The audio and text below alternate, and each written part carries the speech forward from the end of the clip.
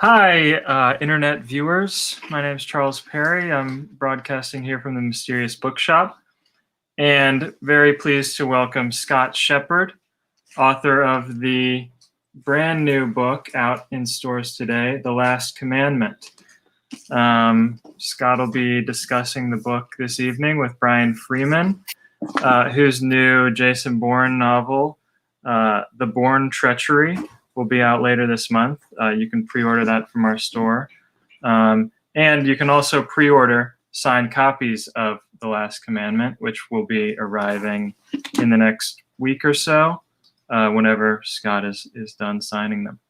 So we're very happy to be hosting this event and very happy to be publishing this book through our in-house company, the Mysterious Press. And that's about it. If you're tuned in and you have a question, go ahead and post it in the comments section, and Scott and Brian will get to it when the question and answer session takes place later in the hour. So without further ado, Scott, thanks so much for being here. Brian, thank you as well. And I'm going to drop out now. And there we are, and then there were two. So. Exactly. It's its own murder mystery right here. Well, hey, Scott, congratulations. I know you've been waiting through a whole year to get to this point, and I've been through a lot of launch days, and it doesn't matter how many times you do it, it is always really fun and really exciting. Congratulations on the new book. I really just loved The Last Commandment. I thought it's an absolutely terrific mystery. I hope all sorts of folks go out there and snap it up. So congratulations. How you doing today? How are you feeling? Happy. I mean, it's like it's out there, and I'm hearing from lots of people, that they've ordered it, and a few people who are lucky enough, I guess, or are fortunate enough to read it. I guess I've said very nice things, and I hope that just keeps going. But starting with people like yourself, I'm just thrilled to that you like it, and I'm obviously a big fan of yours. So this is great. Excellent. Well, it's a terrific book. I thoroughly enjoyed it. I was so glad that you reached out to me to ask me to read it. I had a lot of fun with it. We're going to talk a lot about the book. We're going to talk about the hero Austin Grant. But I want to start with the fact that I also follow you on Instagram, and every now and then you give us kind of a little teaser look at your mystery collection. And I got to tell you, I have some severe book collection envy when I see your library. So how many books are we talking here? Oh, somewhere between probably 8,000 to 10,000 or something like that. It started off as a few when I was a kid, and yeah, it's we had to buy a bigger house to put the books in, and I filled that up much to my wife's chagrin. I was going to ask, how does your wife feel about that? So. She refers to me a little bit because it's very ungubachi, like all over the place. Like, I mean, the authors are all together, but it's not like alphabetical or by color like some people do. And so she calls me like Shrivi, which is like a reference to Daniel Stern and Diner. If you remember, he had that insane record collection, and he knew exactly where everything is.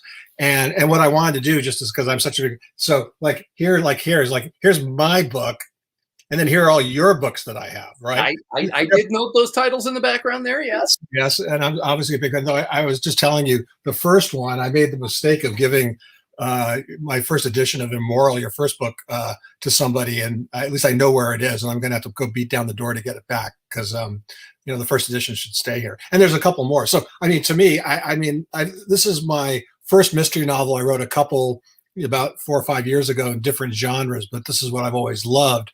And the fact that you've written how many books have you written, Brian? 22, 23? Yeah, exactly. Yep. Inconceivable to me. I mean, I should be lucky to get halfway that far, But yeah, no, I just always collected them. And funny, strangely enough, we're sitting here with the Mysterious Bookshop. Otto Penzler, who runs, the bookshop is, and the press. I met Otto way back in the day, and he's one of the people who's responsible for me having all these books here. I remember there's a book sitting right here. So Michael Connolly, I don't know, so this is the first edition of the I have all the Michael Connolly books up here. Yep. And I remember I bought this book when the Mysterious Bookshop was in Los Angeles. It had a blue banner across that says, "If you do not like this, we will give you your money back," right?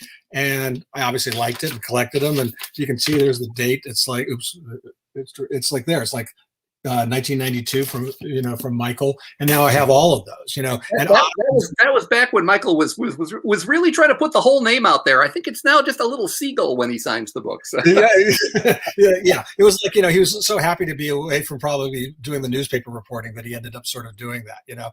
But now it's like I have all those, and then Otto was like really sort of fueling my book collection. I remember he introduced me to this. He says, "Read this book, The Neon Rain. I'll give you your money back. If you don't like it." It was James Lee Burke's first Dave Robichaux novel, and loved it. I have all of those here, and not that I'm doing it from a monetary standpoint, but it's incredible. I mean, he does these great little pieces about collecting books. James Lee Burke is like, I don't know, that $19 book is worth a whole lot more, But more importantly, I just love having them. I feel like I'm surrounded by my friends and inspired. And you're like a newfound one over the last year. I'd heard of you, but a friend of mine that I met during, that I reconnected with from high school during the COVID pandemic on Zoom, told me, he says, "Do you know Brian Freeman?" I said, "No, I know who he is. I just haven't read him." And he sent me Immoral. And I read it. Next thing I know, there's 20 more books. My wife's really pleased about that. Well, let's kind of connect the dots on you here, because you have been a Hollywood guy your whole life. You've worked on all sorts of different shows: The Equalizer, Quantum Leap, with Miami Vice, a lot of others, and now here you are, releasing a mystery novel. Kind of give us a little sense of sort of how you got to where you are, and some of the things you've done over the years. And I did promise people on Twitter that I would get you to tell the Sinatra story, so you can't get away without doing that. So. The Sinatra story. Oh, we were talking about that. Okay. That's a whole different angle of my life. You've got quite the Hollywood pedigree, so. Yeah, I come from a Hollywood family of a lot of producers, famous producers, and I wanted to be a writer. I mean, I always wanted to be a writer. Read books, and then when I was at Stanford, I actually taught a course on detective novels, because I started collecting them when I was, like in 7th or 8th grade or something. I read the Hardy Boy books when I was a kid. It was the first thing I was exposed to. Right. Literally, my paternal grandmother would bring 2 every year to me. And I loved them because you get to the end. I devoured them as like a 7 or 8-year-old. And you get to the end of it and always tell you, here's, they're going to be back next year in the case of the old mill. And so it was sort of like the first thing about series sort of television, like continuing characters. And then I started collecting books in terms of that, and was collecting it in high school. In fact, because I've been talking to people in my old high school, I looked at my high school yearbook, and there's me surrounded by mystery books when I was like 17 or 18. So some things haven't changed. And when I was at Stanford as an English major, I taught a course, I created a course where on detective novels. And it was the first place in the country that had ever done that. This is like in the 70s. And the reading list was kind of great. People read Poe, Sherlock Holmes, Dorothy Sayers, Agatha Christie, Ellery Queen, Rex Stout, and then Hammett, Chandler, and MacDonald. And so I just loved reading all these books. And then, and that's when I started writing. I used to write these skits that I was teaching my class. And so it just became natural that I kind of wanted to kind of go to television. And from a family of producers who was mostly in the movie business, there's a lot of people who have nepotism in Hollywood where they go, well, he got that job because he's so-and-so's son or daughter or whatever it is.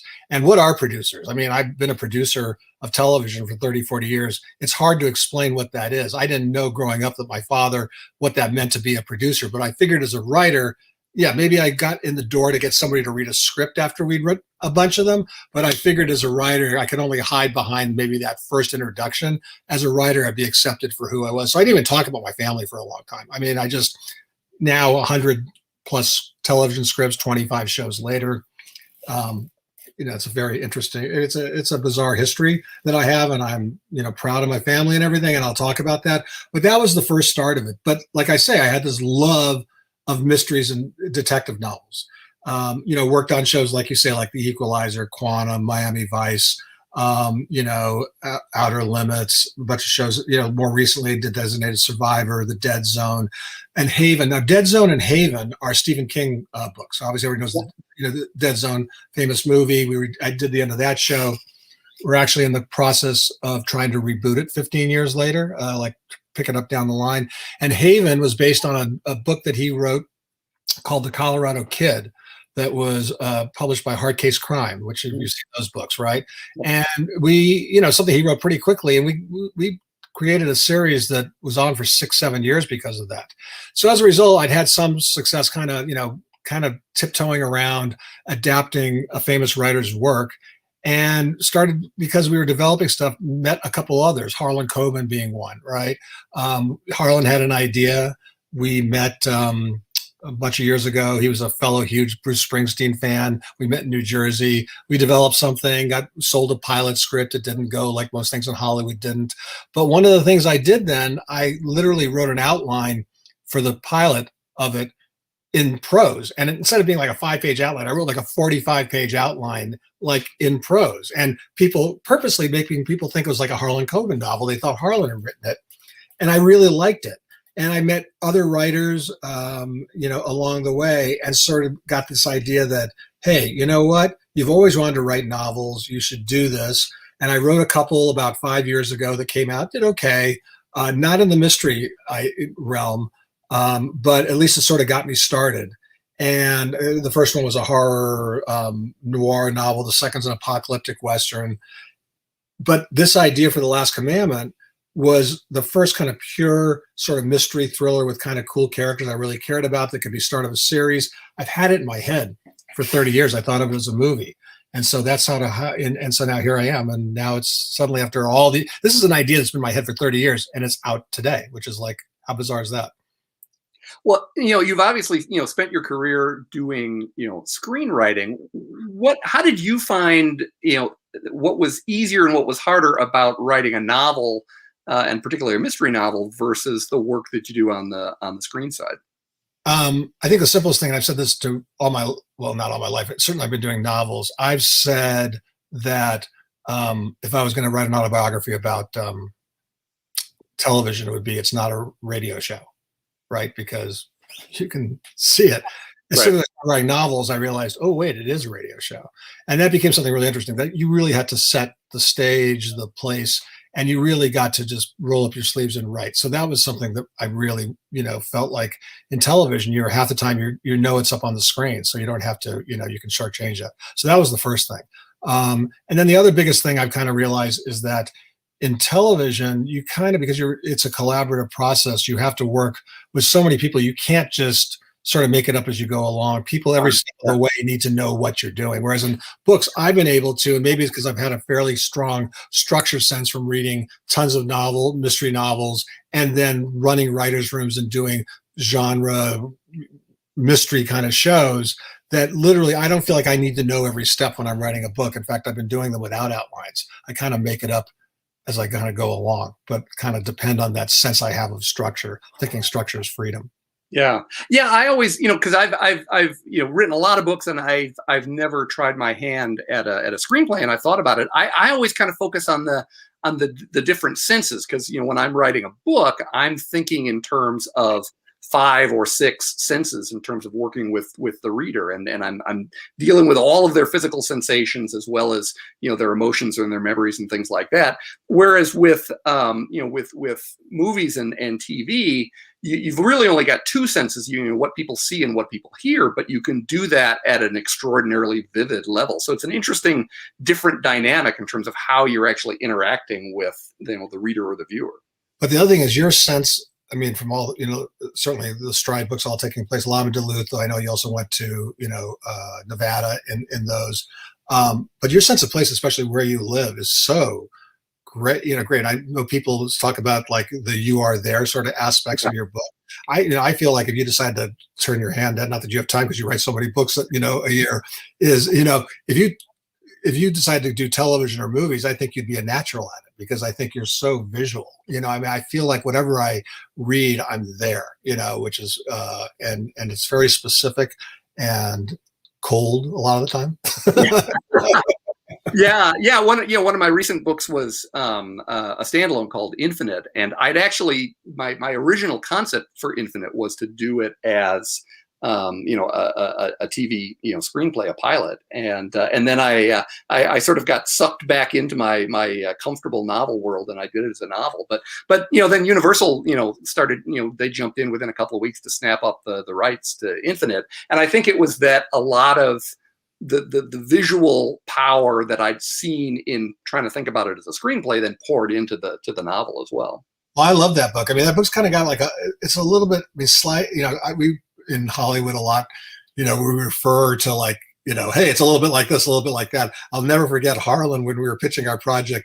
And I think I put it in my first book. I used the line. He said, I love how people talk out here. They go, it's a Bug's Life meets Schindler's List. And I said, in terms of what that is. I'm going, yeah, I kind of understand what that is. But that's what I was going to say about Infinite. It's sort of like a sliding, like I call here, like a sliding doors sort of story. Yeah. Parallel universes. Parallel universes, yeah. But very visual and feels very kind of, well, here's what I love about your work and what I try to do with mine too is, I think why I just so gravitated towards your books is it's got, you have all the bells and whistles of the sci-fi, parallel worlds and, in your things, but it's really the personal journey the character's going through.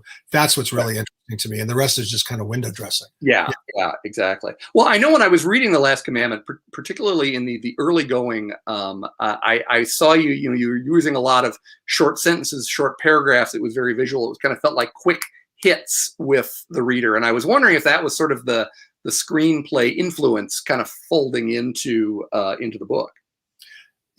Probably inadvertently was. I kind of worry like at some point that if I write too much description, people are going to get bored and lose track. And I think the key to me is get to what you want people to feel or know about the scene and just keep moving. I mean, I kind of like how, I try and have a lot of story. I mean, the idea is writing in fairly short chapters. I think you do that a lot in your books too, where it's like, I might have something personal I want going through the characters going on each chapter, 1, 2, or whoever's point of view it's through. But it's really important to me, that when you get to the end of every chapter that you want to go to the next one, that I've turned the story, turned something emotionally, that the idea, another thing Harlan used to say to me, and I've tried to remember this, I want people to be really upset with me, at 2 o'clock in the morning when they want to go to bed at chapter 14, but then they go, damn it, I have to go read chapter 15. Yeah, exactly right. Yeah, you need the reader to start out at 9 o'clock at night with a bag of Doritos, and by 2 in the morning the Doritos are gone, and like no, one more chapter. So yeah, exactly. So well, you've obviously dealt with authors and adaptations, taking books and bringing them to the screen. How do you think you would feel about something like The Last Commandment being adapted? I mean, how would you feel about seeing the novel on your end now move the other way and go into the TV world? Well, someday maybe it will be. We haven't, I have agents. I've had longtime agents who love the work and everything, but I've sort of said I really want to be accepted as a book first and foremost. And like I say, it's the start of a series. I just finished the second one, which will come out this time next year. And I'm just about to start writing the third. I see it's a long kind of series. And like I said, it was originally an idea for a movie. Back in the day, 30 years ago, I literally was thinking, Sean Connery can play, because it's, like the Scotland Yard cop who's retiring, who gets involved in this murder mystery that brings him to New York, where he's dealing with a young cop and his estranged daughter. And I was sort of saying, it's Sean Connery and a 35-year-old Robert De Niro with a young British actress. Well, today, now it's like suddenly 30 years later, if we were going to do it, I think, hey, now with binge watching and television, and I didn't write it with this in mind, but because what's the television that's really good, the novels for television, like I think Infinite would be a great 1-year television series, is that to me is like, Last Commandment feels like it'd be a 6 to 8 episode series, and what could be the next year, et cetera, in terms of that. But I also think the other thing is what happens in Hollywood a lot, and you've probably, when you've had things adapted, because you don't have experience in Hollywood, they'll pair you or give it to a screenwriter that they might call you and ask you occasionally what you think, but once you've sold it,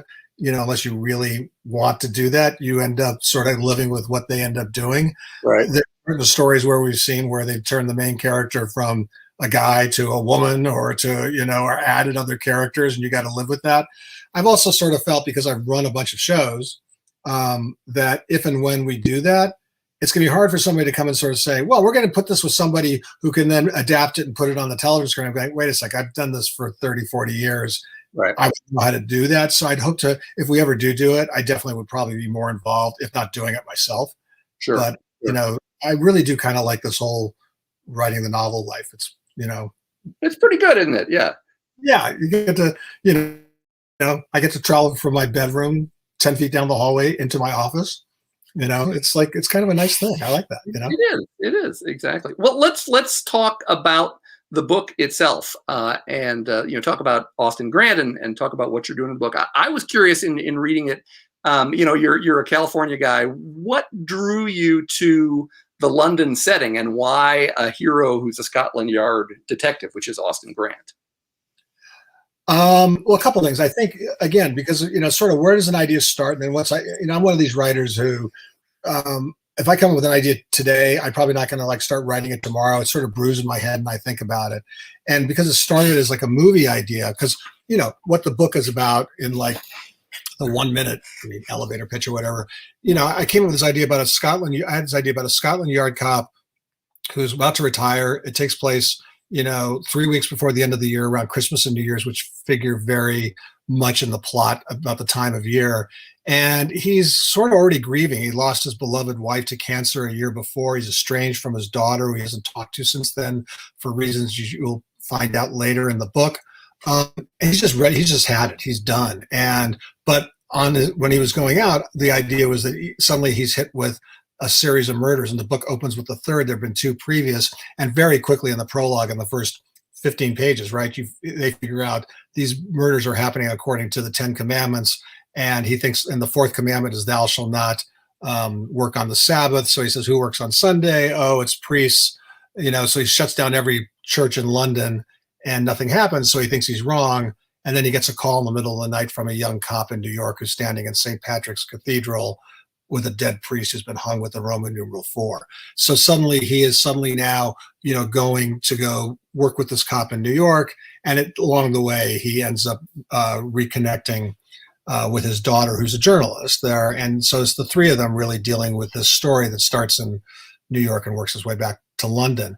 And in terms of the choice of Scotland Yard Cop and New York Cop, where it started, because as a movie, it was sort of that idea, look, it wasn't too long after the Lethal Weapon movies, where it was sort of, okay, here's two opposite cops having to solve the case together.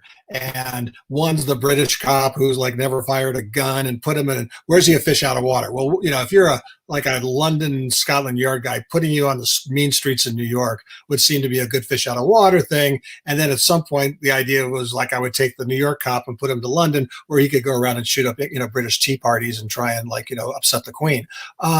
That's how it started. And then the other thing were two cities that I love. New York, I was born there, but I've lived here all my life. But having done The Equalizer, spent a lot of time. My wife and I have gone there a lot. We love New York, and it's just a great. And I'm a ridiculous romantic, and it's just one of the most romantic cities in the world. So that was one place at the time. This is one of the benefits about having an idea rolling around in your head for a long time, because it wasn't like I wanted to do anything else. I always have lots of ideas. They're usually just sitting back there planes on a runway waiting to take off. I had never been to London. At the time I'd come up with the idea. I just idealized it because as a writer, Dickens was one of the first things I read. Just London felt like a writer's paradise. We went there for the first time in 2001. Have been back 8 times since, and I just love it.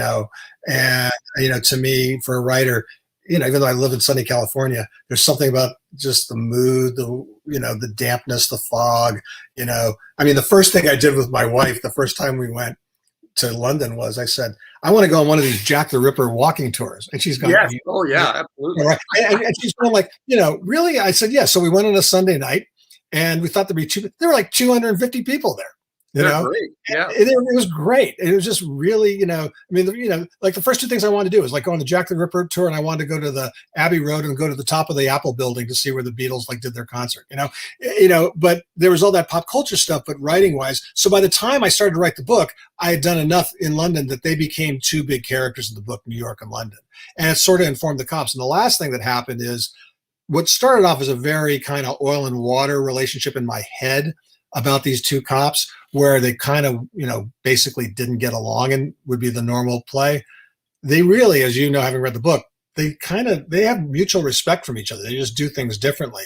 And I thought that was something I hadn't seen. And given the fact that it was the first in a series and they're going to continue to be in each other's lives, I wanted to make sure that there was, differences between the two of them, but it wasn't like, the battling, guys in the Lethal Weapon squad car. Right. I'm curious. When I wrote my very first book, Immoral, and that's my first Jonathan Stride novel, and I think I have 10 books in the Jonathan Stride series. I hadn't necessarily thought that Immoral would kick off a series. I sort of envisioned it as a standalone, and in the context of the plot, there's actually a 3-year time gap in the book, and of course it meant that I aged my character 3 years, just bang, like that. And now all these years later, it's like, oh gosh, I think if I'd known it was going to be a series, I wouldn't have aged Stride quite so quickly. I would have had given him a few more books to tack on those additional years.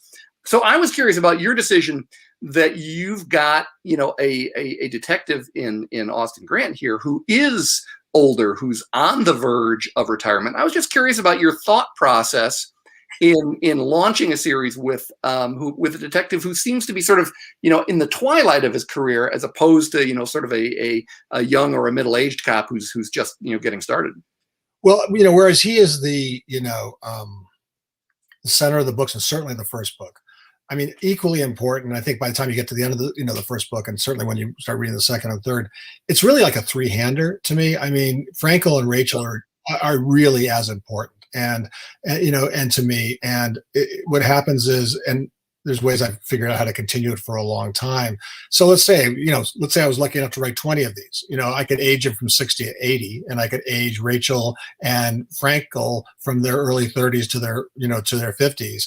And to me, one of the things I wanted to do, having just done this with the second book, and I know I'm going to do it with the third, I kind of sort of said, what is the life, sort of things that go on in a person's life, young or old, that everybody can relate to, that you could write about? Because that's was really important to me, was his relationship, with his daughter is really important in the book. And I'm kind of, how do you write about that? And about a man who's grieving his, wife that he really loved.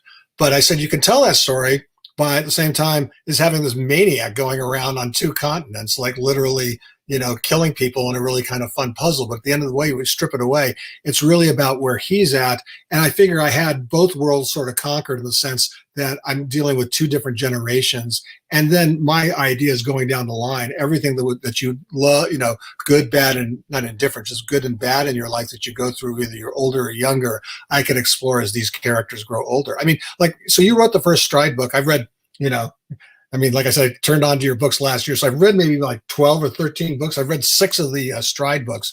Like, when did you start to realize that you were going to write another one? And how far did you ever, project like doing 10 of them? And now I know you've written 11th one too. Like, right. How did that process work for you? Yeah, and with Stride, he has pulled off sort of a neat trick over the years, because when I started and was writing Immoral, Stride was older than me, and now all these years later, I'm quite a bit older than Stride. So that's a nice trick. I wish I could have pulled that off. But I got a lot of, when we sold Immoral, I got a lot of interest from the publishers about, are we going to turn this into a series, and come up with more Stride novels. And I'd actually been thinking about a standalone novel set in Las Vegas, and I realized as I started looking at the plot that actually it would adapt quite well to sort of the next step in the story of Stride and his partner Serena down in Las Vegas. And so that became the second book in the Stride series, and we started and we started going from there. People have always asked, how far are you going to take it, and how it's all going to end, and I definitely don't. I never like to plot the series books too far ahead, because I feel like Stride is a different person when you meet him in Alter Ego or in Funeral for a Friend than he was back in Immoral and Stripped, because of all the things that have happened to him in the books along the way. So I never want to sort of project too far where it's going to go, because really with each book, the things that happen in that book change the nature of the series characters, and I want to be able to reflect that in the next story. Well, the yearning, what I loved about those, like I said, I read the first 6, but I remember looking, so Stripped, is the Las Vegas one. But by the time you get to the next one, Stalked, the yearning of Stride, though he loves this woman, that he wants to go back to where he's from, which allows you to get back to the comfortable and interesting ground that you haven't read too much about writing in Minnesota. It's like, I'm always sort of saying, how do you get to what you want to write about, but keep it interesting to people at the same time? It's really interesting. My father, like one of the people who was in my in the Hollywood family, when I first, told him I wanted to be a writer as opposed to a producer, I guess, or whatever I was going to be. I remember him saying to me, he said, what could you possibly write about that'd be interesting to millions of people, right? I'm going like, thanks, Dad. Thanks, Dad. Yeah, this is the same father who, when I gave him a script, like I finished the script when I was 22, he said, well, at least you finished something. But, but it's the same way. He just had a weird way of doing things, but his advice wasn't so wrong. I mean, I kind of realized that I really want to write about stuff, that I feel, and as I've gotten older, personal to me, relationships. But, if I end up putting it, surrounded by a homicidal maniac who's killing people according to the 10 Commandments, I'm going like, I don't think I know anybody who's doing that. But at the same time, what, these 3 characters are going through reflect aspects of stuff in my life, friends' life, that I can write about. And, at the same time, I think I can make stuff up to where it's kind of a fun plot, but it's really to get to the base of the characters, because that's what we keep coming back to, right? I mean, it's to me, is those emotional moments. I mean, I love comedies and everything like that, but the stuff I always remember, like watching comedies, I always sort of said, you laugh, and then you stop. The things I always remember are the things that really touch me. And when I look at your books and what I try to get to, at the end of the day, I really want you to. I just really want to grab your heart, and in an unexpected way. Yeah, that I think that's exactly right. And there are a lot of thriller writers that have a take a different approach, and they're more plot driven and action driven. Which is great. I mean, we need all those things, but I really want to write mysteries and thrillers that have that emotional core. I mean, even when it comes to a Jason Bourne novel, one of the things that I like about doing the Bourne novels is Bourne was never a superhero. I mean, he was fractured. He was dealing with both his past and his personal identity and his moral identity, and those were the things that I really enjoyed bringing out when I took over the Bourne series. And one of my favorite books. There we go. Of mine is the Deep Deep Snow, and that was an Edgar Award finalist this year. And I remember when I was writing the Deep Deep Snow, I got to those last chapters, and I just had tears pouring down my face. And well, I told you the other day. So then without giving away anything, people should absolutely read that book, because you can get that in it's out in print now. But I didn't realize it was an Audible before, and we got to the end of that book, and I remember writing you. We connected by that point. I'd read the Deep Deep Snow, and I got to the question. Well, I have this question about this one thing that you didn't answer. And he goes, well, I have this idea for a second book, and like a follow-up, which is your now Audible book, The Ursulina. Yep, February 1 in print and ebook. Yes. Yes. And I have to say, and I read that last week because I wanted to catch up with everything you're doing currently. And I told you, I got to the end of the second book, and I had tears like running down my face. It was just so touching. Thank you. Well, and I know that's why you wrote that book. Exactly. I mean, to me, I'm looking forward, you and I've had that discussion about the first book, but I'm not going to do any spoilers here. But I can tell everybody what the Last Commandment is about in one line. It's one line towards the end of the book, but it'll just spoil stuff. But to me, it's emotional. And I can't wait to talk to people about it after they've read it, because they'll see not only what I wanted to write there, what the future of these characters could be. I thought you did the same thing too with the Bourne books. I mean, my only exposure to the Bourne books were the 3 that Ludlum did way back in the day. Yeah. And then the movies, which are kind of, I guess, I mean, Matt Damon's great, but him and who did the first 2 movies? They were great. It was Lyman, right? Or no, Greengrass. Maybe it was Greengrass. Whoever the directors was. It was a specific, very take to Matt Damon that were great. I never read the Eric von Lumbaster books, but Lustbader, the ones that came between yours. But it felt to me that I felt like I was reading the Bourne that I grew up reading in the new ones, but sort of rebooted is what you're doing. Yeah, and that's exactly what I was trying to do, to really go back and be true to the character that Ludlum created, but then lift up that character. To me, the tribute I would say to the Bourne books, as being a huge Bond Ian Fleming fan, and loving the Sean Connery movies, right? But also loving the books. Roger Moore's, some were fun. But when I saw Casino Royale, I remember I was like blown away.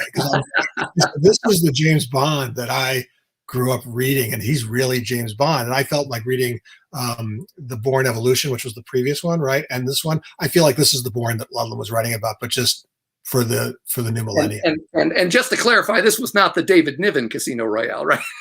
Yes, yeah. Woody Allen and everybody else. No, it wasn't that. I don't think I've ever gotten through that entire thing, because I have no idea what's going on in that movie. But no, but I think that's what's so great is you can take an old thing and make it new again, right? Right. Yeah. Exactly.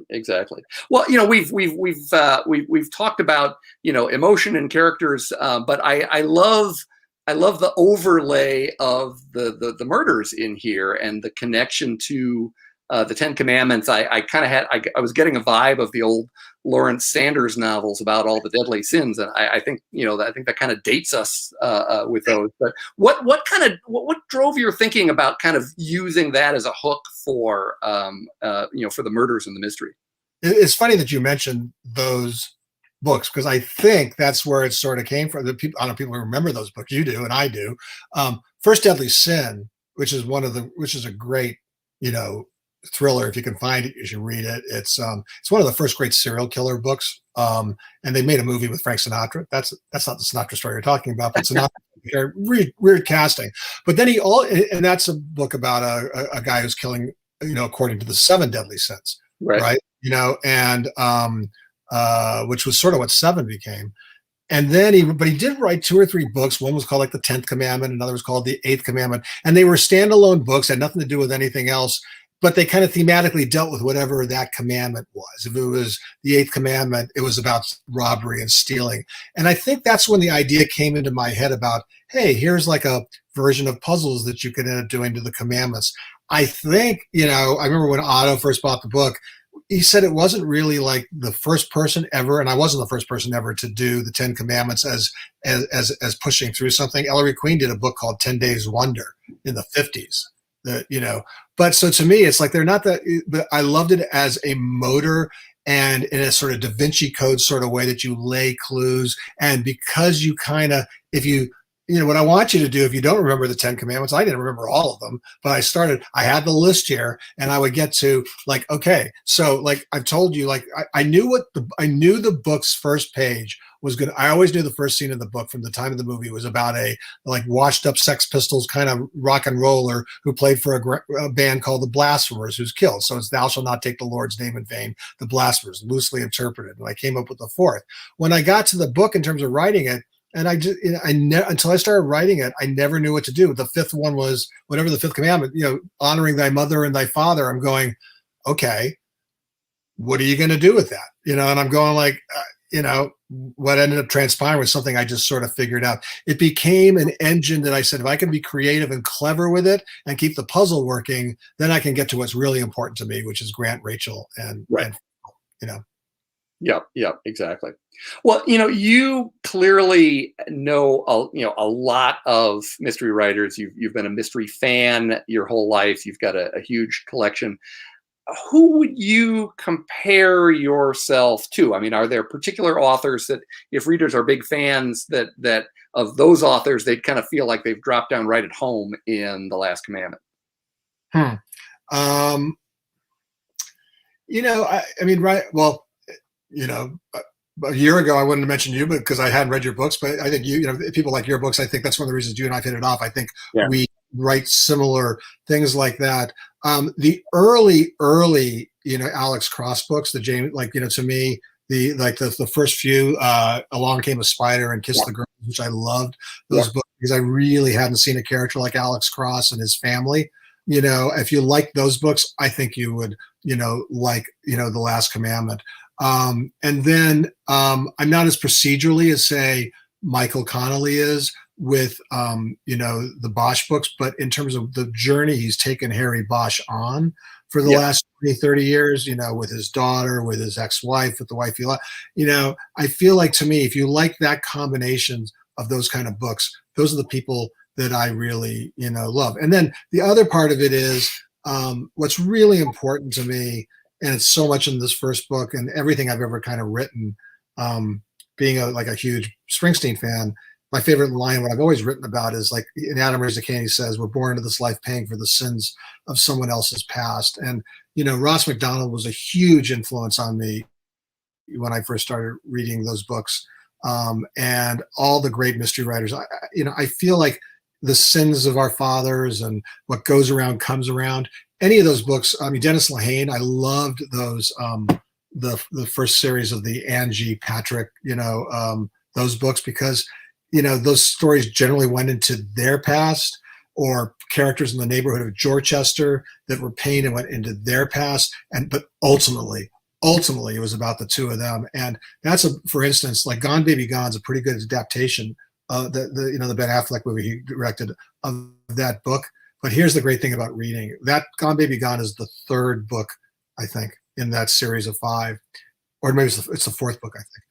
When you get to that fourth book, because you've read the first 3 books, you're so invested in those characters. And as tear-jerky as the movie was, you're sobbing by the time you get to the end of those books, because you're so invested in the characters. And that's why I've enjoyed the Stride, and Serena relationship, because of, whether it's like, they're never on the same track at the same time, but you're rooting for them to be together, right? Right.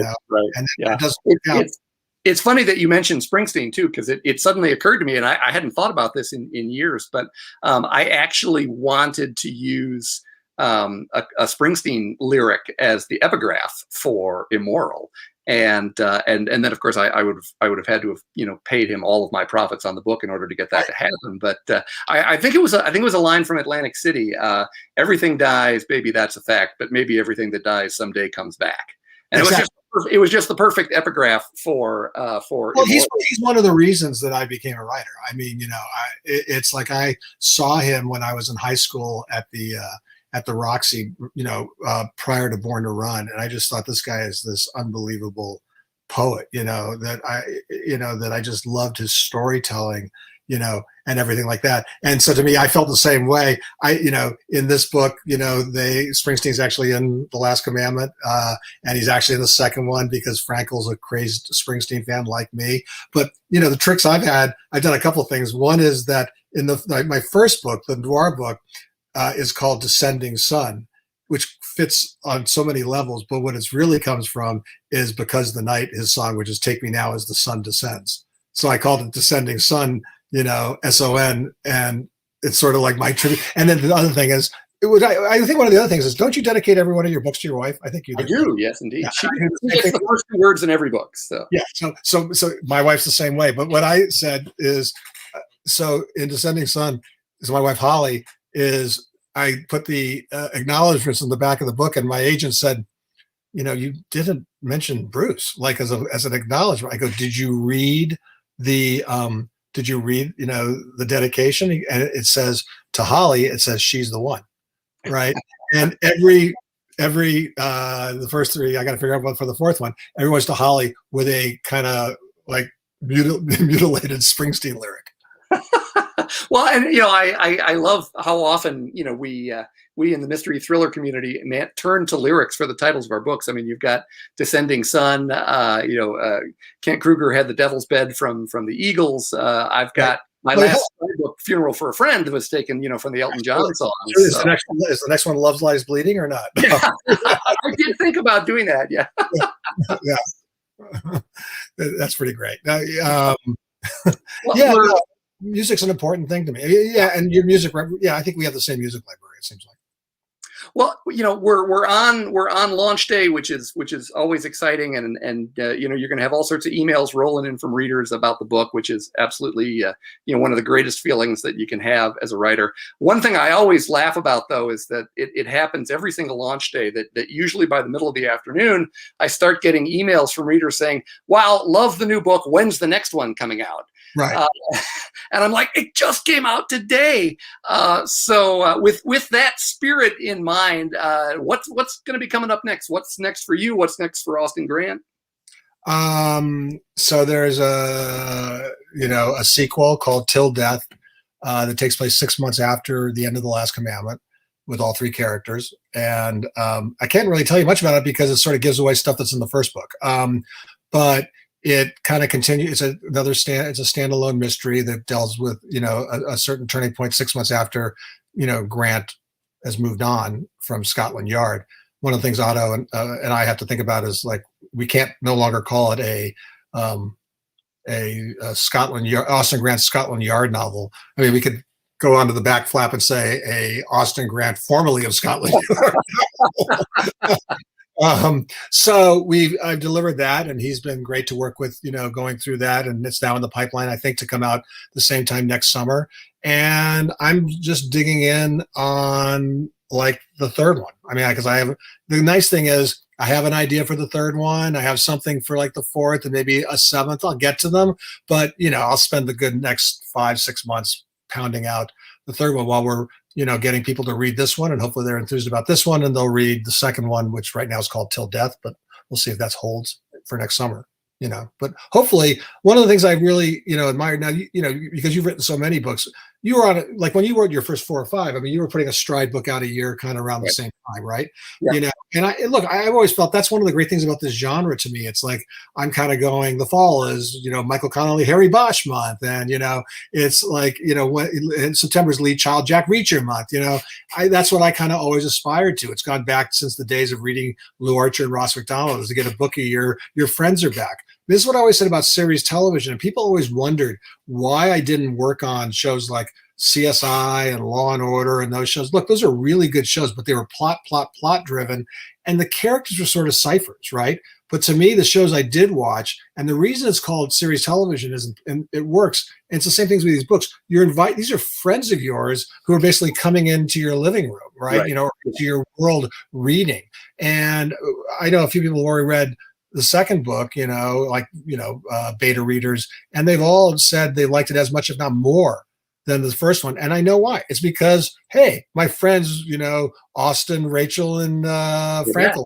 Yep, exactly. Yep. And to me, it's that, Yeah, exactly. Yeah. Well, and it becomes a really different sort of emotional experience for the writer too, I think. I mean, I started out doing, exclusively stride novels, and now 17 years later, I've got a lot of stride books, but I've got a lot of standalones as well. And it's a very different experience writing them, because when I started in a new stride book, it feels like I'm kind of catching up with old friends.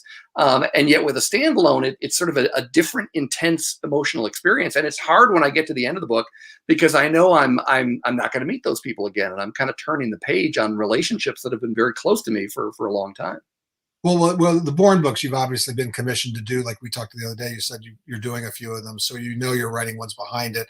And it feels like right now you've started, at least for start, having read the new one coming out, which I loved, which was great, and it leaves you, it completes it. It completes the story, but it leaves you hanging in ways to where I feel it's like a trilogy at some point where that feels great. So you knew you were doing that, but like the Deep, Deep Snow, was that something that you thought was going to be a standalone, and then you decided to write another one? You left something, had you thought there was going to be the Ursulina behind it? I thought of the Deep Deep Snow as a standalone, and I thought about trying to resolve the issue of Shelby's parentage at the end of the book, but I thought, it actually, I want it to feel pat. I want it to feel, real and human, and the reality is a lot of these questions go unanswered. But as we had such a great run with the Deep Deep Snow, and it hit the New York Times bestseller list, and I knew that in the next go round, that was a question that I wanted to answer, and the Ursulina just took shape from that. And God, as much as I love the Deep Deep Snow, I almost love the Ursulina even more. In fact, where it kind of goes. I mean, it's so funny. It's like you talk about music and songs. I meant to tell you the other day. The whole image in that first book. As a baby being left on a person's doorstep, right? Right. And one of my favorite old weird songs. I don't know if you're a Cat Stevens fan. Oh yeah, sure. Remember that song, the boy with the moon and star on his head? I don't know if you know that. And it's this whole thing about like a guy has a rendezvous with a woman on his wedding day, and she says, "I promise you," like a boy with a moon and star in his head, and he goes for a year with his wife, and then the little boy is like left on his door with a moon and star on his head. And it tells this kind of little myth about how people come from all over the place to find out what this boy said. And he says, "I'll tell you everything I know, and love is all he said." And I kind of thought, like, that's such a simple, it was so emotional listening to that song. And that's what I kept feeling reading those two books. I felt like that's kind of what you were, not that was inspiring you, but just to me, that emotion that was in that song. And to me, it's like, it comes down to just one moment, and it's worth getting to. Right. And that to me is the most satisfying kind of read, Right. Exactly right. So, well, we've been going on and on and on and having a great old chat here. And I'll see if we've got somebody over at Mysterious who is checking up on us. Do we have any questions that we need to be rolling into the mix here? So. I don't see any at the moment, but I had a couple of thoughts. First of all, Scott, I have to ask. Yeah. Do you own a Telecaster? No, I don't. I mean, I play the piano, so it's like, so I don't. Well, you could always have somebody rip the piano wire out of the piano. Well, that would be kind of involved. Yeah. But I mean, Fender Telecaster. I mean, that's what he plays, so that's why I did that. But I don't know. I see. Yeah, I'm a Stratocaster man myself, although I got a Les Paul in January instead of going on my vacation in 2020, which worked out well. But yeah, exactly. So take advantage of that. Terrific. I saved up the dough, and then I heard about this virus thing, and maybe travel would be tricky. And I thought, you know what? The hell with it. I'll go on my trip next year and get my Les Paul this year. And for once, I made a decision that worked correctly. That was a good plan. I was curious about a couple of things that you gentlemen had touched on a little while ago. Was it Harlan Ellison? You were talking about cliffhangers. Do you, if you're in the midst of both you gentlemen, if you're in the midst of a first draft, do you tend to purposely end each chapter break with something that you intend to have to make people keep right on reading? Absolutely. Yeah. Is it difficult? Do you find it hard to kind of shape it that way? That's part of the fun. So yeah, there's always another hook. I'm TV boy, so we used to I started off writing to commercials, like to get people to come back after the Budweiser ads. So that was something that was easy to do. Like my second book was a Kindle serial, and then became a book. This thing, The Seventh Day, and the reason they wanted me to do it because they said, "Hey, it's TV boy. He knows how to basically write to like we'll come back next week and read the next one." It's like there you go. And in the Stride novels, I'm particularly cruel because a lot of times what I'll do is I'll end it with a hook, but then I'll shift the next chapter to a different part of the story. So you got to get to the end of that chapter before you go back to the original hook. But then there's another hook. So. Well, that's what happens in The Last Commandment, right? Especially in the second half. It's like literally. Yep. To me, and then the great thing what you want to do is, like, let's say I was in Austin Grant's point of view, and you get to the end of a chapter, and you're going, "Oh, I want to see the next thing," and then you get to it's like Rachel's thing, and then by the time you get to the end of the Rachel chapter, even though it's 10 or 12, you're going, "No, don't go back to like Austin. Tell me what And the idea is just keep the balls juggling, right? Yep, exactly. Does the editorial process ever change anything that you carefully set up like that? I mean, would your editor say, "No, we can't do this. It has to go like this and this and this," or do you pretty much have your head? I've been lucky. I've never gotten on all. I'm not that level of involvement. I've I mean, Otto's been great. He's like, we talk about language a lot, which is great and been really helpful. But I haven't got really any plot notes or anything like that. And I guess that comes from a lot of reading and doing 25 television shows. I would think so. We do have an online question, and I'm going to put it up on the screen here. Did you have to do a lot of research on how British police conduct investigations as opposed to how they're done here? No, not much. I mean, a lot of it came from what I watched on television. I did put up a hierarchy of how you work your way up from wherever you start in Scotland Yard to being a commander, and the same thing with detectives. But otherwise, it kind of, like, they're really not procedurals. I mean, they are in the sense that they're two cops at this point working on something. The second book is really almost the way it works. They're really, Frankel's not doing much investigating, and the other two aren't cops at this point. So, no, I didn't do a ton. And I also kind of feel like if I'm going to get called out on the procedural stuff, yeah, you're more than welcome to going to do that, and that's great. And in the copy editing process, especially once Otto had accepted the book, certain things came up and they kept me honest on that. Then I would do some research to make sure a line or two was right. But I'm kind of happy, just sort of, I want you to be concentrating on other things, like what's the next plot twist and what's the character up to. I remember an interview that Robert Ludlum did years ago where they asked him about research, and he said, "Yeah, I do less research than my readers think and more than my family believes." So, yeah, I'm kind of right there. Exactly. That's the way to do it. Now we have the Last Commandment just out now. We're going to have signed copies. Thank you very much, Scott. Very soon. It was I who emailed you recently, a couple hours ago, asking you for more. Because we sold all the copies we don't have yet that are signed. So things are moving along very nicely. And congratulations on the new book. Is there anything else you gentlemen would like to add? Just want to say, add my congratulations, Scott. It was a terrific book, and I hope you have a fantastic run with it. Oh, well, thank you. And everybody should order The Bourne Treachery, And the good thing is, again, you can read The Bourne Treachery and not have to, even if you haven't read The Bourne Evolution, but then you'll want to go back and read that too. So. And another comment from the Peanut Gallery. Thank you very much, Gretchen. Nice. Yeah, that's part of the fan club. That's great. Must be nice having a fan club. Well, she's great. All right. Now we have The Last Commandment by Mr. Shepard. We have Mr. Freeman's books as well. Drop us a line here at Mysterious. We're open 11 to 7, Monday to Saturday. And we'd be glad to hook you right up with The Last Commandment or whatever else you like. Great. And thank you guys for hosting us. And Brian, thank you for joining us. It was my pleasure. Thank you. We've been talking with Scott Shepard and Brian Freeman, noted authors both, and we thank you very much, gentlemen, for your time in this endeavor today. Good night.